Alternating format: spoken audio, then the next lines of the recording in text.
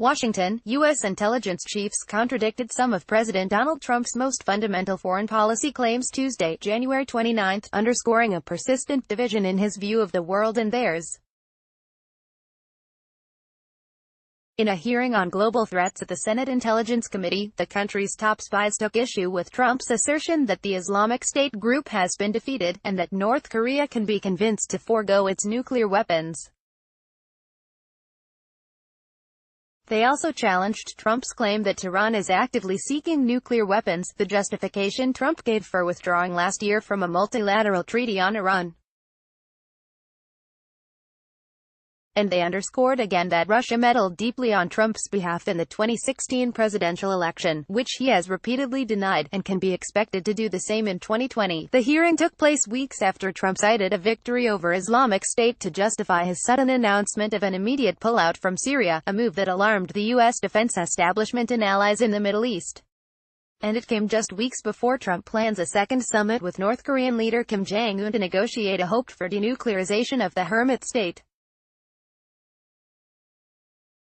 Director of National Intelligence Dan Coats told the committee that the U.S. intelligence community believes it is unlikely that Pyongyang will agree to completely denuclearize. We continue to assess that North Korea is unlikely to give up all of its nuclear weapons and production capabilities, even as it seeks to negotiate partial denuclearization steps to obtain key U.S. and international concessions, Coats said in the annual Worldwide Threat Assessment report. North Korea's leaders see having a nuclear weapons capability as critical to regime survival, is eyeing comeback. The report also warned that Islamic State is hardly vanquished and could easily rise again in a vacuum left by departing U.S. forces, resuming global attacks and restarting its propaganda machine. ISIS still commands thousands of fighters in Iraq and Syria, and it maintains 8 branches, more than a dozen networks, and thousands of dispersed supporters around the world, despite significant leadership and territorial losses, Coats said.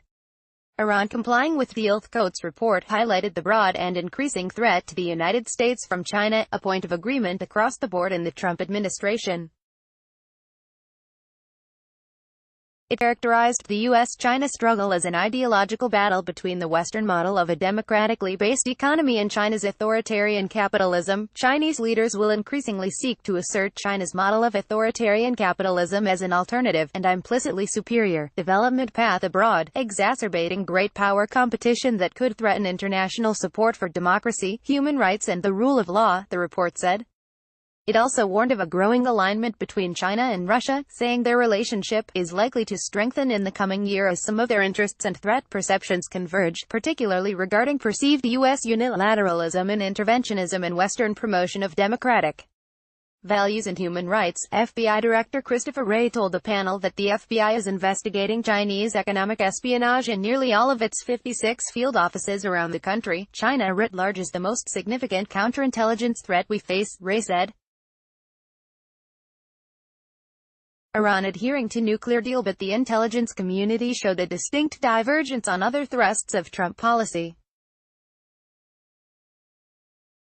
On Iran, Central Intelligence Agency Director Gina Haspel told the hearing that the country is still abiding by the terms of the 2015 nuclear deal, despite Trump's decision to withdraw last year, claiming Tehran had broken it. At the moment, technically they are in compliance with the Joint Comprehensive Plan of Action, Haspel told lawmakers. I think the most recent information is the Iranians are considering taking steps that would lessen their adherence to JCPOA as they seek to pressure the European to come through with the investment and trade benefits that Iran hoped to gain from the deal. There was no comment from the White House in the Coats report. But analysts said it showed a glaring divide that has existed since the beginning of Trump's term in 2017. A normal human being listening to the intel chiefs today on Iran and North Korea would conclude that Trump was dead wrong to withdraw from the JCPOA and dead right to negotiate with KJU even though zero nukes was magical thinking, said Aaron David Miller, director of the Middle East program at the Woodrow Wilson Center think tank in Washington.